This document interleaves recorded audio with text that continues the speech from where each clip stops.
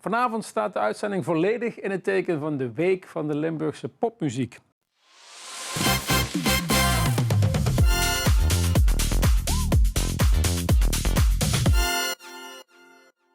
Welkom weer bij Dwars door Limburg. Onze jaarlijkse muziekspecial zit eraan te komen. En fijn dat je kijkt en fijn dat ook jullie er hier zijn natuurlijk. We hebben 2 muziekexperts hier. Anneke is er en Marieke is er ook. En we begonnen met een hele speciale tune. Misschien heeft u het al gemerkt of heeft u misschien een beetje meebewogen zoals wij het ook deden. Noah, jij hebt die tune gemaakt. Ja, klopt. Ja, je bent zelf producer. Klopt. Dus dit is je werk gewoon. Dus, ja, eigenlijk wel. Nee, ik doe het er nou op dit moment nog een beetje bij. Ik verdien er wel, ik draai ook en ik verdien ook ermee. Maar ja, dit is eigenlijk wat ik voornamelijk in mijn vrije tijd doe. Ja, super. Je doet het nu voor ons. Wat voor soort mensen doe je dat nog meer voor? Wie zijn je opdrachtgevers? Ik doe vooral muziek voor mezelf maken. En dan gewoon een beetje dance, een beetje pop, die soort dingetjes.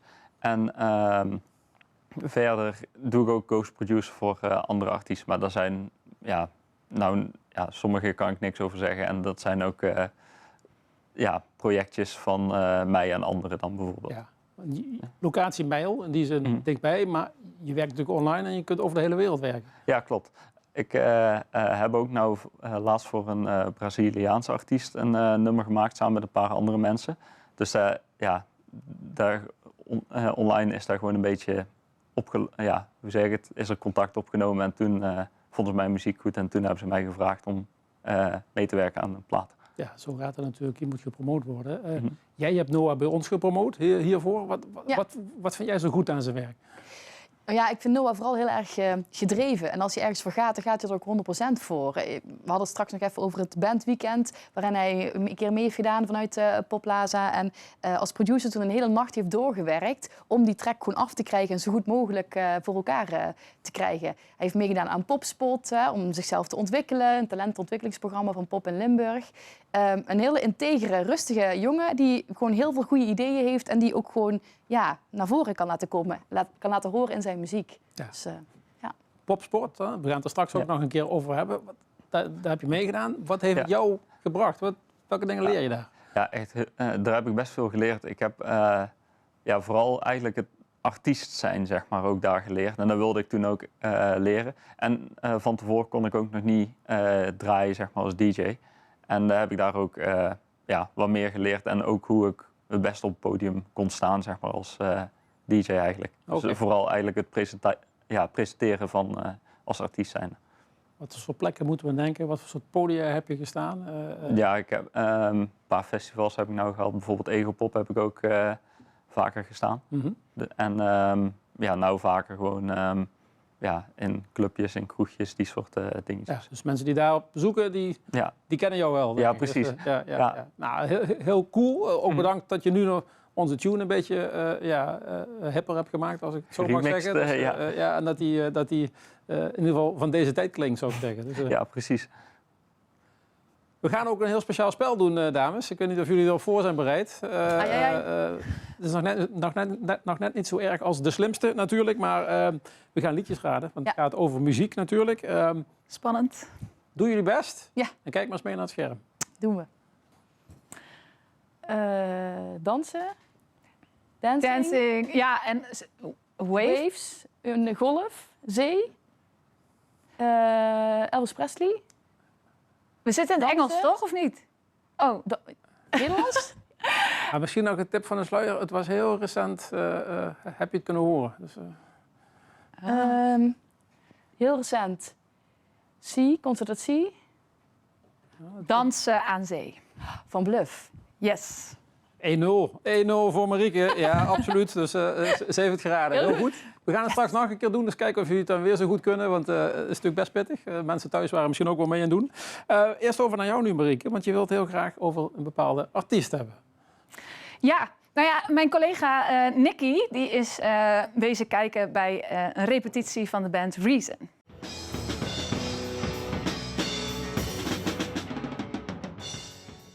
We hebben ook Richard, dat is ook de gitarist, met de elektrische gitarist en Michel op drum. En Shania dan op de akoestische gitaar. Dus, ja. En jullie zitten in de band Reason. Welke muziek maakt de band? Ja, dat is best een goeie. Ja, we halen toch een beetje in de indie rock hoek. Soms een beetje droomachtig zeg, een beetje lekker zweverig. Dan weer wat ruigere passages ertussen. Ook wat singer-songwriter elementen zitten er ook wel in. Dus het gaat eigenlijk Alle kanten een beetje alle kanten op. En dat is ook wel een beetje de kracht van de band, denk ik. Dat het ook gewoon alle ideeën zijn welkom. En dus daar maken we dan met z'n allen wat van. Dus, ja. En wat is jullie grootste inspiratie? Ja, verschillende dingen. Ik ben helemaal weg van singer-songwriters, dus onder andere ook Noah Kahan en dat soort muziek. Maar ook wel echt muziek, net zoals echt melancholisch, zeg maar. Echt wat heel mooi in elkaar zit, heel mooi opbouwt. Dat vind ik vaak heel mooi. Maar mijn muzieksmaak is echt zo breed, dat ik daar niet iets uit kan halen dat ik denk, nou, dit is echt mijn ding of zo. Ik vind het echt heel, heel mooi. Nee, ik denk dat je dat ook wel terug hoort in de band. Dat iedereen een beetje zijn eigen invloeden daar meeneemt. Dat iedereen vindt ook andere genres natuurlijk leuk. Hè. De ene luistert wat meer misschien naar blues en ik luister wat meer naar wat meer metal en rock, zeg maar. En ja, dat probeer ik ook af en toe een beetje in de muziek te injecteren, zeg maar. Als het leuk klinkt natuurlijk. Maar zo heeft iedereen neemt zijn eigen dingen mee in de muziek. Dus, ja. En jullie maken eigen muziek. Was dat vanaf het begin al het plan? Hoe is dat gelopen? En hoe gaat dat proces in de repetities? Ja, nou, we hadden eigenlijk vanaf het begin af aan wel al duidelijk dat we eigen nummers wilden schrijven. En zeker omdat we dan samen muziek kunnen maken. En een cover is natuurlijk ook superleuk, maar juist het samen muziek maken, samen dingen bedenken, dat is denk ik ook wel wat ons echt wel verbindt samen. Dus het is eigenlijk vanaf het begin wel duidelijk dat we eigen nummers wilden maken. Ja, we beginnen natuurlijk wel met wat covertjes. Hè. Wat hebben we gemaakt? Radiohead, Cranberries, dat soort muziek. Maar het doel was inderdaad wel, wat je net al zei, dat we wel echt eigen muziek wilden gaan maken. En daar zijn we nu dus ook hard aan het werk om dat te doen.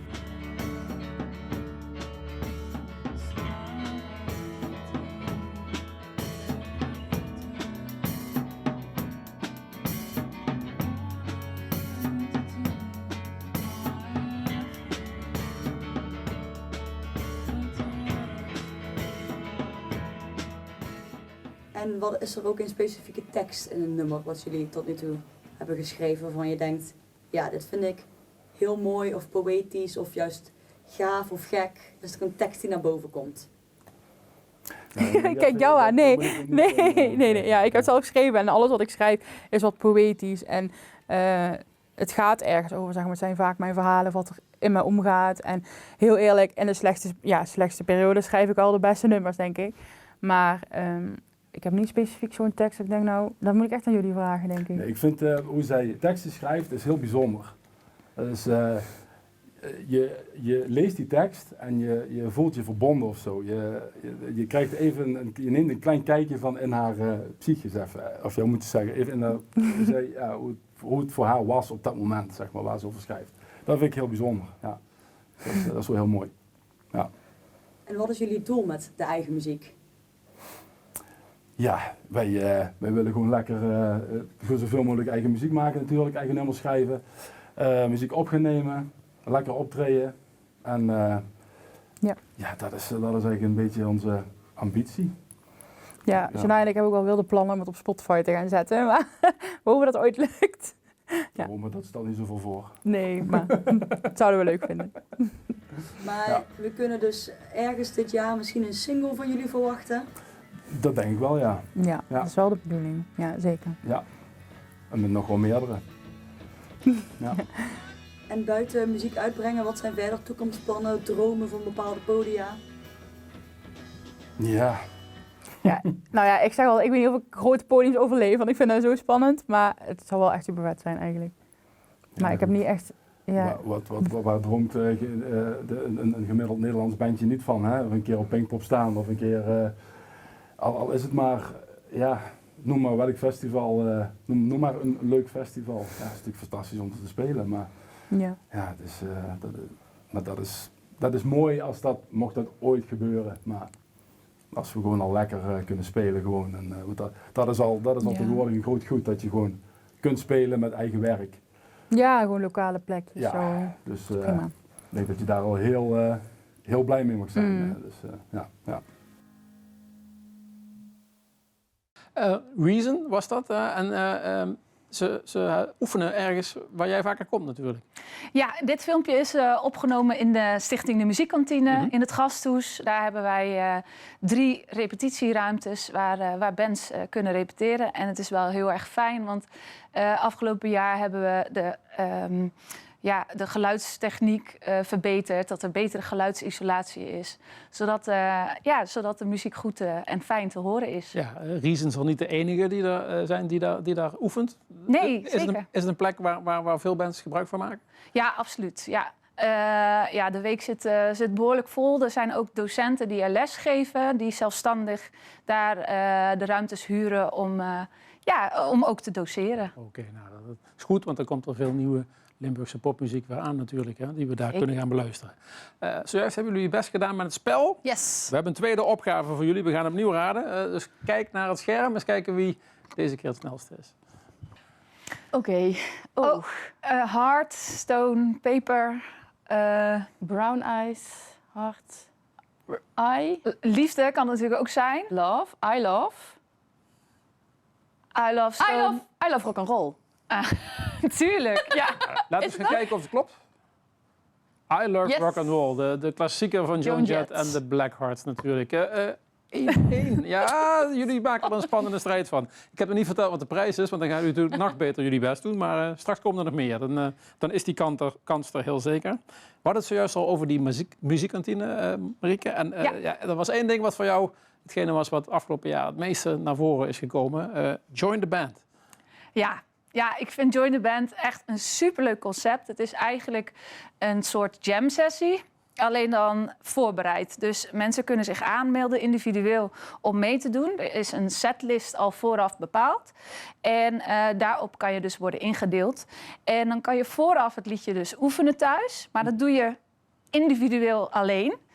En pas op de avond zelf zie je eigenlijk wie je medemuzikanten zijn. Okay. En dan krijg je dus ook dat de avond met een leuke setlist is. Dat er niet van tevoren hoeft nagedacht te worden van... wat zullen we nou eens gaan spelen? Wat kan jij? Wat kan jij?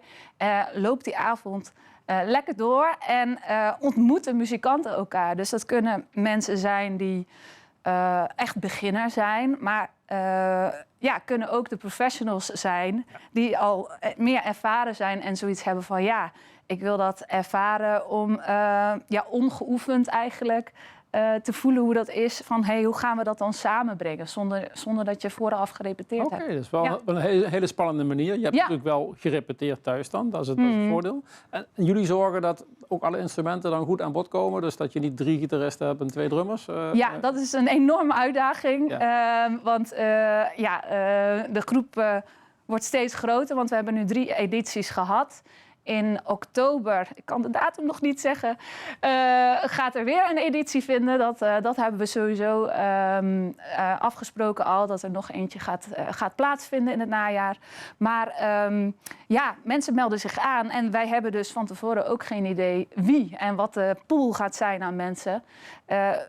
Van tevoren maken wij die indeling en dan proberen wij zo goed mogelijk te doen. Oké, en natuurlijk de hele spannende vraag. Is er ook al een keer een bandje gekomen wat zich daar voor het eerst ontmoet heeft en geformeerd heeft? Ik kan me voorstellen dat je plotseling iemand tegenkomt die jouw muziekkeuze ook leuk vindt en dan daar een bandje mee kan starten. Dus, Ja, dat klopt. Ja, ik weet niet of er direct daaruit echt inderdaad een band is ontstaan. Ik weet wel dat er na die tijd altijd even iemand naar me toe is gekomen van ik zoek eigenlijk nog iemand voor een project. Weet jij misschien iemand? Oké. En dan is het op zo'n avond heel makkelijk om te zeggen van je hebt hem net horen zingen. Misschien is dat een match.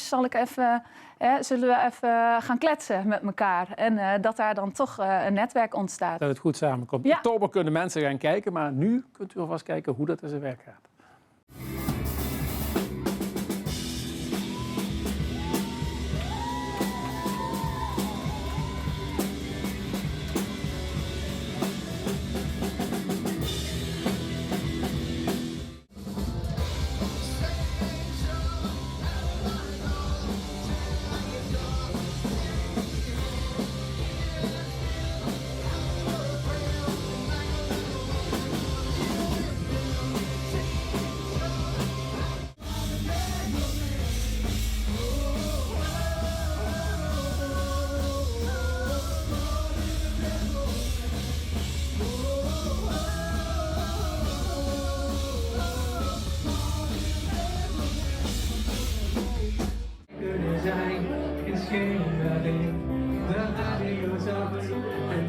nacht heeft alles wat ik van de nacht verwacht.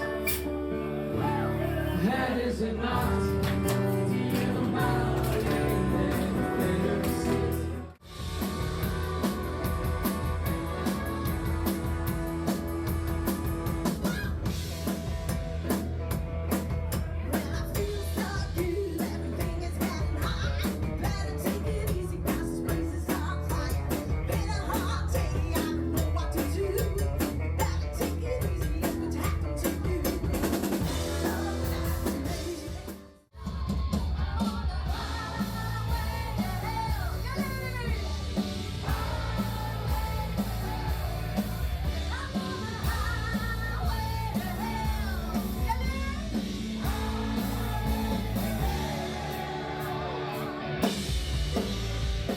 Ja, AC/DC, Highway to Hell, dat is iets wat natuurlijk nog een klassieker is.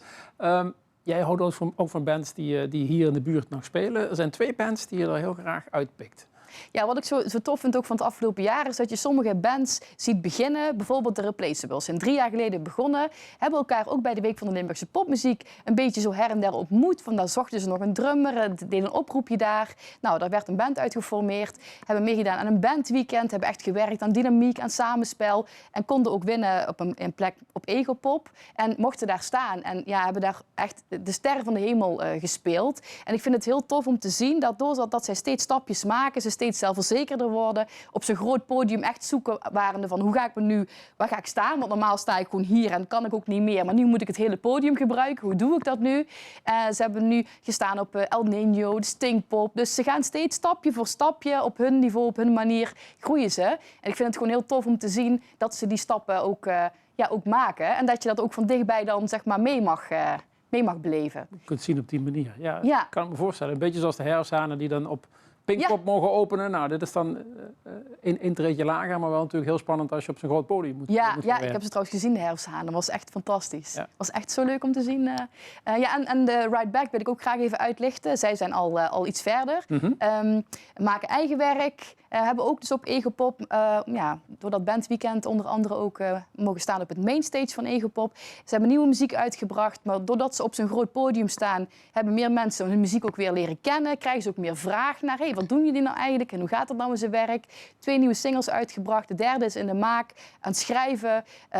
Ik vind het heel tof om te zien dat je met zo'n Poplaza of een muziekkantine dat aan de zijkant een beetje kan faciliteren. En je ze dan gewoon daarna gewoon hun eigen weg ziet gaan. En echt gewoon stappen ziet maken. Dus dat zijn eigenlijk mijn hoogtepunten. Ja, en hoe goed ze het deden, dat kunnen we zien op de beelden die we van Egopop hebben natuurlijk.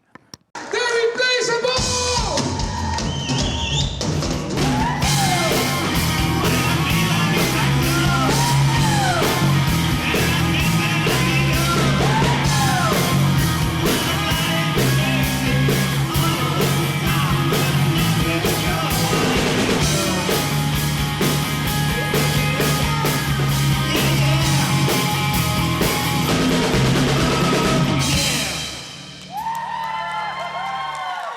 Dankjewel.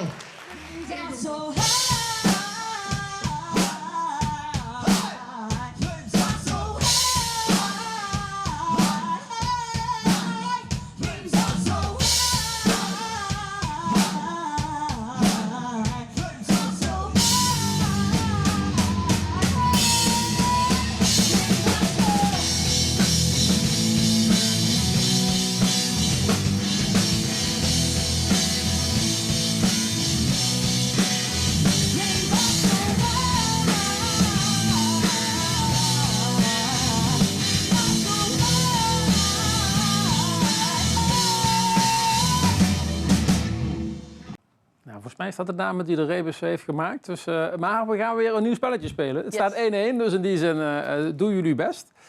Kijk naar het scherm en probeer te raden. Brand, fire. De pil in brand. Hey. Dat moet hij zijn. Toch? Dat kan niet anders. Hey! Hey. Ja, zie je. 2-1 voor jou. Heel goed geraden natuurlijk. Iemand anders waar je graag over wil praten is Jip Hoefnagels. Ja. Wat voor muziek maakt Jip? Ja, een jonge singer-songwriter uit Meijel. Ja, ze maakt, ja, je moet het eigenlijk maar even horen, denk ik, in het filmpje. Ze maakt echt eigen muziek, Nederlandstalig, Engelstalig. Echt op haar eigen manier, een beetje indie pop-achtige vibe. Maar het is een jonge meid die eigenlijk... eigenlijk, wat ik heel leuk vind aan haar, ze heet Ongewoon Jip. Zo noemt ze zichzelf ook. Ze maakt ook 1 keer per week of zo op Instagram van die posts. Dat het eigenlijk oké is om gewoon je schrijfproces te laten zien. En ook alles wat niet goed gaat en wat wel goed gaat. Dus zij is eigenlijk gewoon echt zichzelf. En de dingen die ze meemaakt, daar schrijft zij over. Heel open. En daar zingt zij over kwetsbare dingen. Het verlies van een opa. Niet lekker in je vel zitten. Ze is heel jong, maar ze toont eigenlijk haar kwetsbaarheid op een hele sterke manier, vind ik. Oké, nog startend, maar wel al bij Volt en Sittard op het podium. Dus, Ja, zij heeft meegedaan aan Popspot, het talentenprogramma van Pop in Limburg, waarbij je een half jaar een traject krijgt als je eigen werk maakt. En zij heeft daaraan deelgenomen. Ze kon daar aan de workshops deelnemen, songwriting, performance en nog een aantal andere workshops. En er zaten ook een aantal showcases bij. En in Sittard was de finale. En daar heeft ze ook aan meegedaan. Oké, nou voor de mensen die daar niet bij waren, hier zijn de beelden. Cold when I hear your name, think I see your face. Jip, het afgelopen half jaar heb je meegedaan aan Popspot Limburg. Wat is jou daar het meeste aan bijgebleven? Ik vond vooral de songwriting sessie met Colin vond ik heel leuk. En we hebben een stage presence workshop gehad. Die vond ik ook heel gaaf. En sowieso het met momenten samenkomen met de andere deelnemers. En elkaar kunnen laten zien waar je aan gewerkt hebt. En ook feedback kunnen geven en daardoor ook kunnen groeien. Dat vond ik echt heel nice. Te bang om nog te horen. Dat beschermen niet zo hoort. De echo's van jouw woorden. Ja, Popspot is een traject bedoeld voor jongeren die ambitieus bezig zijn met hun eigen muziek en met hun eigen kunst. Tot en met 21 jaar. En daar graag meer over willen leren, hun skills willen ontwikkelen. En eigenlijk al willen voelen hoe het is om straks, als ze nog wat verder zijn, echt als eigen artiest te ondernemen, zeg maar. Dus optredens regelen, management, songs schrijven, de studio ingaan, werken aan hun stage performance. Dat krijgen ze allemaal geleerd tijdens Popspot. Dus dan krijgen ze workshops, ze krijgen masterclasses van verschillende professionals. Zodat ze hun act al kunnen ontwikkelen. En daarnaast komen ze ook in aanmerking met allerlei leuke plekken, zoals poppodia, het conservatorium bijvoorbeeld, waar misschien nog iets interessants in zit, dat ze misschien nog een opleiding willen gaan doen. Of gewoon alvast weten waar ze straks terecht kunnen als ze willen optreden. Ik heb er heel veel zin in. Ik vind het heel gaaf dat ik überhaupt de kans krijg om mijn eigen geschreven muziek ook te laten horen. Dus ja, ik heb er zin in. Want je hebt eigenlijk, je bent hier aan begonnen toen je maar 1 nummer hebt geschreven. En nu?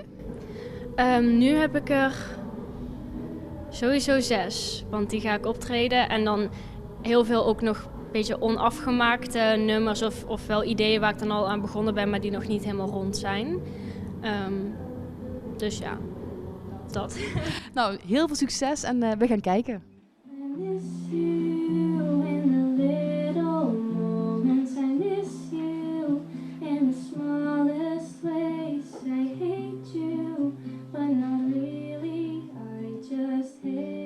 Jip is zo'n waanzinnig persoon. Ik ken Jip nu een best wel lange periode. En je merkt dat zij in het begin niet zo goed wist hoe en wat ze eigenlijk precies wilde met haar artiest zijnde. Maar inmiddels is zij zo gegroeid dat zij daar wel achter is gekomen. En dat vind ik zo mooi om te zien. Ze maakt nu zoveel liedjes. Ze heeft ook een serie nu op Instagram die ik altijd kijk, vind ik waanzinnig. En daarin zie ik echt dat zij van niet wetende wat ze nou eigenlijk wilt, naar toch al echt een volwaardig artiest is gegroeid. En dat vind ik waanzinnig. Spend my time wondering and dreaming.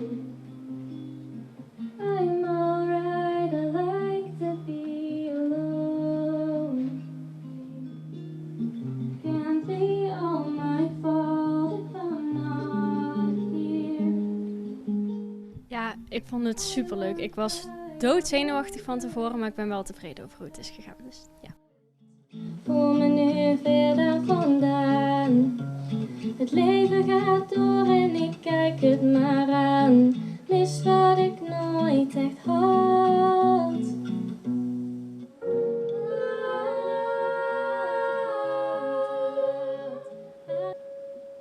Wat ik zou doen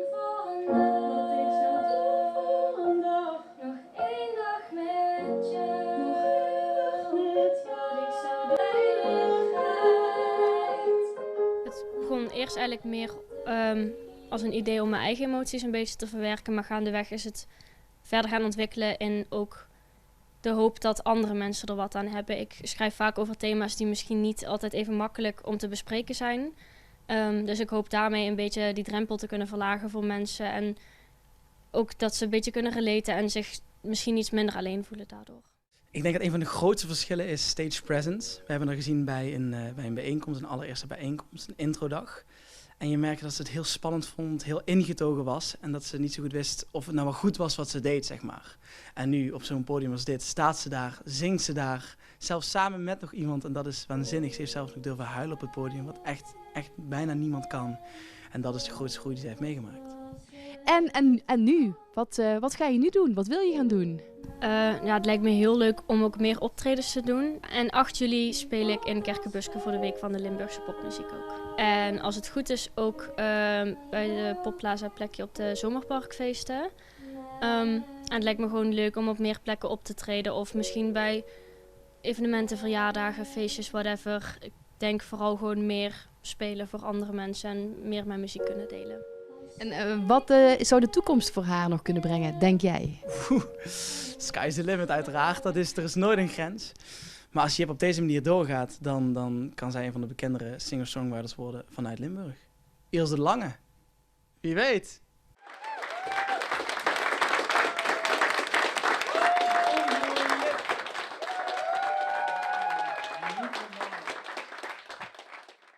Een van die talentjes die hier uit de regio komt. Maar mensen kunnen haar hier in de regio ook nog gaan ontmoeten natuurlijk. Of nog beter naar haar luisteren. Dus, Ja, zij speelt ook tijdens de Week van de Limburgse Popmuziek op woensdag 8 juli bij Kerkenbuske in Helden. Oké, nou, dat is heel dichtbij. En dat is iets waar mensen naartoe kunnen gaan. Zeker.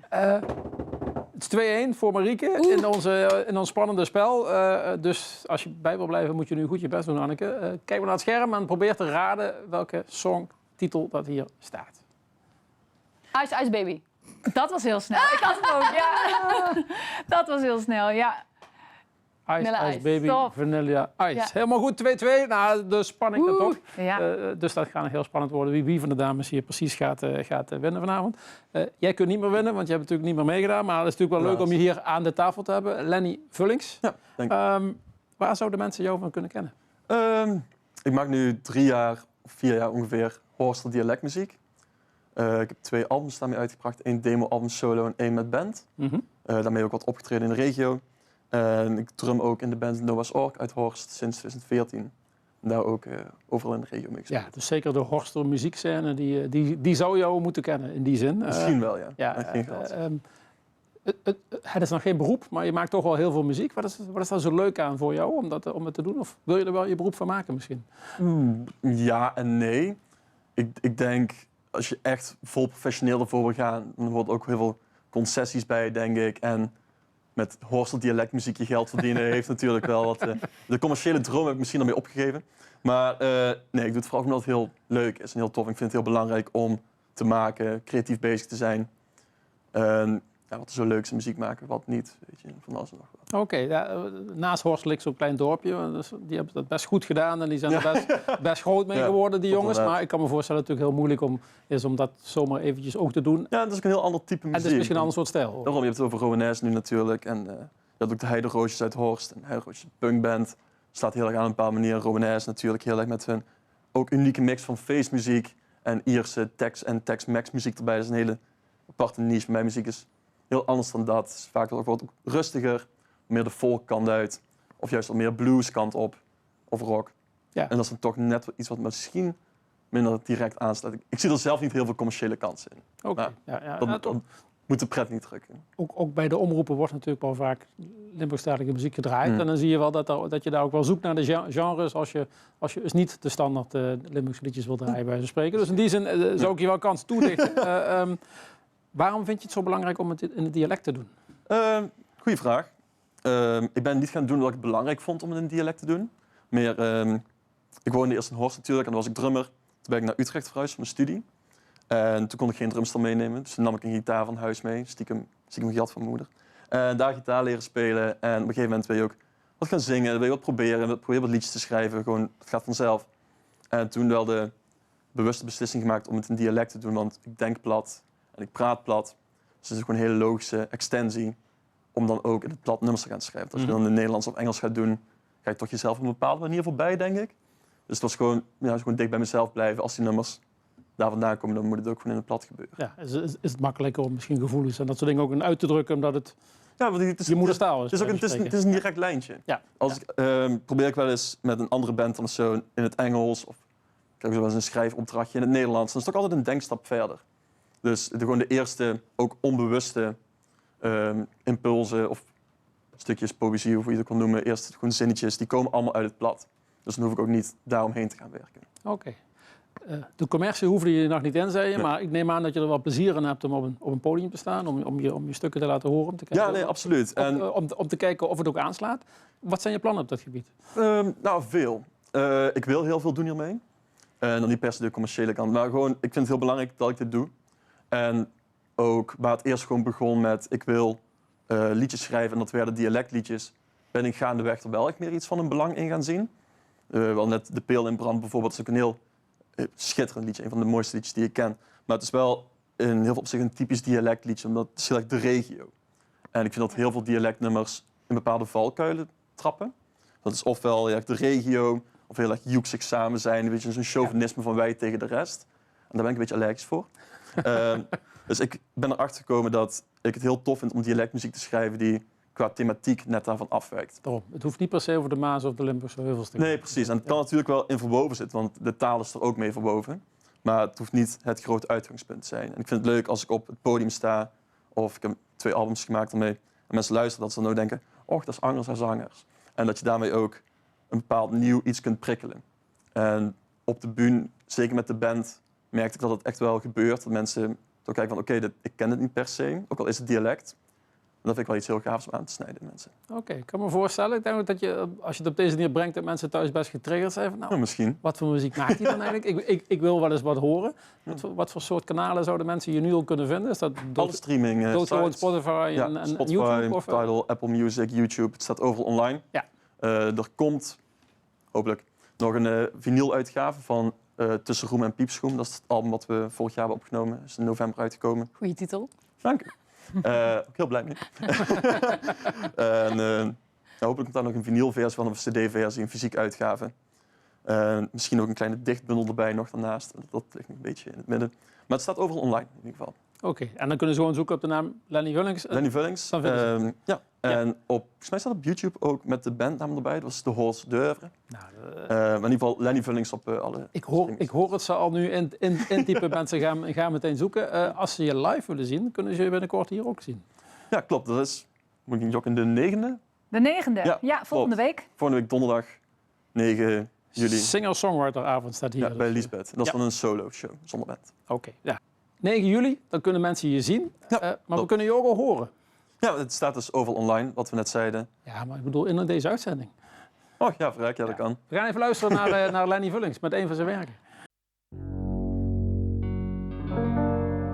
Wie het rudige hout op een kooi en onze lege winternacht, gemangeld op het asfalt, wat speet en spee was dat, loogrude met een blauw oog op de maan gericht.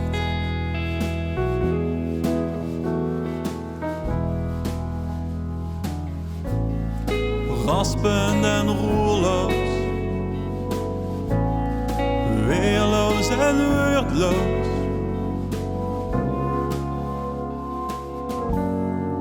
Wie het rudige hout. Nou, hele leuke dialectmuziek van Lenny. Dat is lekker warm en dat soort. Ik moet zeggen, het sprak mij aan, maar het kan ook aan mij liggen natuurlijk. Iemand die dat al jarenlang doet. Je hebt er onlangs gesproken, want je hebt Ton Engels voor de videocamera gekregen voor een heuse podcast? Nou, die volgt nog. Dat is een nieuw project tussen Popplaza en Omroep PNM... waarbij we bijzondere muzikanten een podium willen bieden. Dus met een podcast en een podcast. Dus je kunt het luisteren en je kunt het ook zien. Ja, en Ton Engels is natuurlijk, heeft een heel oeuvre van dialecten, muziek in het plat. En ja, we gaan met hem in gesprek over eigenlijk zijn oeuvre, over zijn leven. Inderdaad, over het commerciële waar jij straks al over had. Want hij heeft ook heel bewust gekozen voor in het dialect... wat je toch een kleiner publiek aanslaat. Terwijl met Blowbeat, waar hij ook in speelt... een wat groter publiek ook wel heeft aangesproken... maar wel echt altijd zijn hart heeft gevolgd. En hoe hij ook nieuwe muzikanten, jonge muzikanten... heeft geïnspireerd. Dus ook Harm Timmermans, Hartman... uit Koningslust, oorspronkelijk afkomstig... die sluit ook aan. En ze gaan met elkaar ook in gesprek daarover. Ja, misschien krijgen we wel een plaat van Ton Engels erbij. Maar de stand, dames, is 2-2. Is het de laatste? En we gaan de laatste krijgen. Woe! Dus dat betekent dat degene die dit wint... die heeft de penalty-reeks gewonnen. Als we het met die woorden mogen uitdrukken. Als we daar nog tegen kunnen. Nou, ik hoop niet dat je weer zo snel bent als net. Laatste rebus, laatste quiz, laatste stukje... Yes. Titel van de plaat die voorbij komt. Kijk naar het scherm en ik hoor graag wie de winnaar van deze avond wordt. Double Hearts. Two Hearts. Oh, dat is natuurlijk van Right Back. Het nummer van Nicky. Right Back met Two Hearts. Ja. Oké. Wauw. Ja, dat is wel goed. Misschien een beetje een voordeel dat je de nummers daar goed van kent. Maar ja. 2-3, Anneke gewonnen. Gefeliciteerd. Nou ja, ik vind dat we het samen wel... In deze moeilijke quiz. Het popboek, waar denken jullie dan aan? Ja, vanuit Popplaza hebben we een popboek waar bands zich kunnen aanmelden uit Pelemaas. Zodat we snel een overzicht hebben van welke bands hebben we nu. Dus echt een oproep aan alle muzikanten. Meld je daarop aan. Dan weten wij je te vinden, maar ook podia en festivals. Dus echt een oproep www.popplaza.pelemaas/popboek. En laat je horen. En ook de bands uit Horsten en zo, die mogen zich daar ook in inschrijven. Zeker, tuurlijk. Ja, sowieso een oproep aan acts en bands die toffe dingen doen. Hè, die zeggen, wij willen dat uitdragen. Laat het weten, want Popplaza en Stichting Muziekkantine... wij zijn er om jullie te helpen. En stuur een berichtje op social media van... hey, we hebben muziek uitgebracht. Dan kunnen wij dat ook delen voor jullie. Hè? Dat vinden we alleen maar fijn. Ja. Kom uit die championskelder en laat je horen. Een soort gele gids voor de popmuziek. Voor de mensen die nog weten wat een gele gids is. Ik weet niet of iedereen dat nog weet. De gouden gids, toch? De gouden gids, ja. Dat is wel waar ook, ja. Dus, de week van de Limburgse popmuziek. Daar praten we vandaag over. Die zit er ook aan te komen. Dat betekent ook dat er heel veel popmuziek te zien en te horen is op allerlei plekken. Ja. Ik hoop dat jullie een beetje op een rijtje hebben wat voor soort dingen de mensen de komende weken, maanden kunnen gaan bekijken. Want wat is er eigenlijk allemaal te doen? Ja, komende week sowieso dus echt superveel. Dat is vanuit Pop in Limburg is er initiatief dat daar subsidie ook voor is om extra dingen te gaan organiseren. Om muziek te laten horen. En nou hebben wij als muziekkantine aanstaande zondag een podium bij de Trapperie in Zevenum, waar bands spelen. Super tof. Reason, waar we een filmpje van hebben gezien, die gaat openen. En daarnaast hebben we hadden het er net al eventjes over bij Liesbeth op donderdag 9 juli een singer-songwriteravond. Dus in het klein, echte liedjes zoals ze gemaakt zijn, waar ze voor bedoeld zijn, om echt te luisteren naar de teksten. Ja. En hier staan ook een paar namen bij. Cherry Red, Vanille Broekhuizen. Ja, klopt. Heel goed dat je dat zegt. Ja, want natuurlijk, wij hebben dingetjes georganiseerd, maar er is nog zoveel meer. En inderdaad, in Broekhuizen, de theetuinen, die hebben zelf ook een act geregeld. En dat is Cherry Red. En die maken echt superleuke muziek met z'n tweeën. Een coverduo.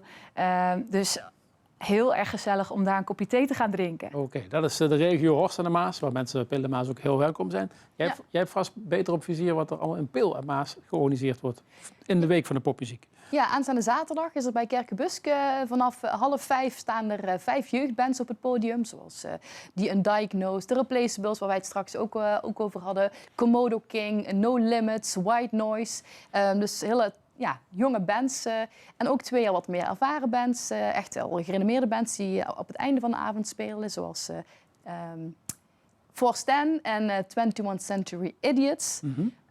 En op woensdagavond ook bij Kerkenbuske spelen ook nog een aantal bands. Waste of Time, maar ook Jip, die je in het filmpje naar voren zag komen. Ook een singer-songwriter Simone, die alleen muziek gaat maken. De Daily Specials, een coverband die van alles en nog wat spelen. Dus veel te doen. En op vrijdag is bij Tines, de opening van de kermis, ook nog muziek van de Week van Limburgse Popmuziek. Oké, en daar staat een band die heet Join In. Ja. Wat voor soort muziek? Ja, dat is eigenlijk een band uit Nederweert die eigenlijk, waar Marieke het straks ook over had, over Join the Band. Dat is daar eigenlijk ook zo'n combo die altijd zo'n jam sessies als vast combo daar speelt. Dus die spelen al jaren samen en spelen echt eigenlijk bijna alles. En zij heette Join In en zij spelen dus bij Tines. Oké, nou heel veel muziek te genieten hier in de regio. Is er ook goede weer voor natuurlijk. Mensen kunnen met het fietsje er naartoe, is het lekker wat luisteren en dan weer naar huis toe gaan. En dan hebben ze nieuwe dingen geluisterd en het is gratis. Ja. Nou, dat is nog eens wat anders dan dat je naar een duur festival moet. Dus bedankt voor jullie bijdrage. Heel veel plezier in de muziek. En dat betekent ook dat wij hier afscheid van u gaan nemen. Dus dit was het weer. Meer activiteiten vindt u zoals altijd op de website. Ik zou zeggen, fijne zomer.